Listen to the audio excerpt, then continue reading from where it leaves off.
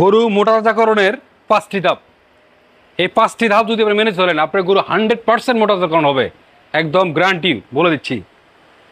গরু কেনার পরে অবশ্যই আপনাকে যে গরুটা ক্রয় করবেন, ভালো মানের একটা গরু, ক্রস গরু ক্রয় করতে হবে, বা দেশি ২ দাঁত থেকে ৪ দাঁতের মধ্যে গরু ক্রয় করতে হবে। গরু কেনার সময় অবশ্যই আপনাকে জিততে হবে, এই জিনিসটা মাথায় রাখতে হবে। এক। দ্বিতীয় নম্বর হচ্ছে যে আপনি গরু ক্রয় করার পর অবশ্যই আপনাকে ওষুধ, কৃমিনাশক ওষুধ খাওয়াইতে হবে। এটা দ্বিতীয় ধাপ। বিভিন্ন প্রকার মাল্টিভিটামিন, বিভিন্ন প্রকার লিভার টনিক, এগুলো খাইতে হবে। এটা হলো দ্বিতীয় ধাপ। তৃতীয় ধাপ হচ্ছে আপনাকে পর্যাপ্ত পরিমাণে খড়, আপনাকে ওজন মাফিক খড় দিতে হবে। ওজন মাফিক যদি ১০০ কেজি ওজন হয়, দৈনিক আপনি ৩ কেজি করে বা ৪ কেজি করে খড় খাওয়াইতে পারেন। পাশাপাশি তৃতীয় ধাপ হচ্ছে আপনার কাঁচা ঘাস। কাঁচা ঘাসের বিকল্প কিছু নাই। যদি আপনার গরু ১০০ কেজি ওজন হয়, অবশ্যই আপনাকে ১০ কেজি কাঁচা ঘাস দিতে হবে। ১০ কেজি কাঁচা ঘাস দিতে হবে। চতুর্থ নাম্বার ধাপ হলো আপনার গরু মোটাতাজাকরণের খাদ্যের বিকল্প কিছু নাই। এখন আসেন খাদ্যের মধ্যে। খাদ্য হচ্ছে আপনার ১০০ কেজি যদি ওজন হয়, দৈনিক আপনি ২.৫ কেজি করে দানাদার খাবার দিতে পারেন। চতুর্থ ধাপ হলো যদি ১০০ কেজি ওজন হয়, তাহলে আপনাকে ২.৫ কেজি করে দানাদার খাবার দিতে হবে দৈনিক। এখন আপনার যদি ২০০ কেজি হয়, তাহলে আপনার ৫ কেজি দানাদার খাবার দিতে হবে। আর একটা পঞ্চম নাম্বার ধাপ হচ্ছে আপনাকে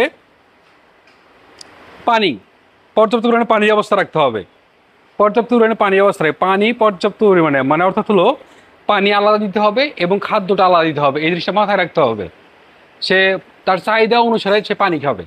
কিন্তু আমরা যে কাজটি ভুল করে থাকি, হ্যাঁ, পানি এবং খাদ্য একসঙ্গে খাওয়াই।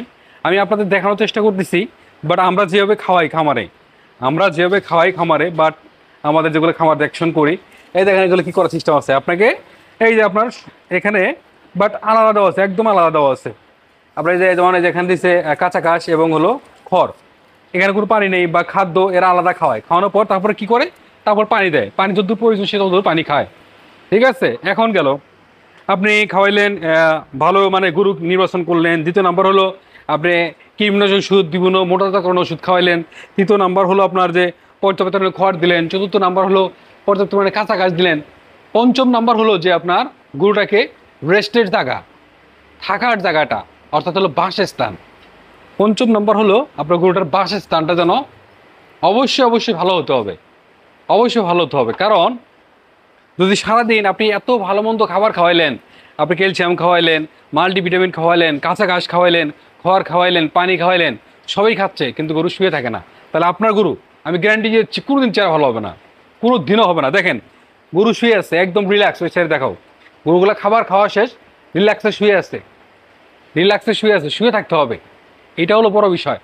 তো আমি মনে করি যে মোটাতাজাকরণের এই ৫টি ধাপ যদি আপনি অনুসরণ করেন, বাট 100% আর গবাদি প্রাণী মোটাতাজাকরণ হবে।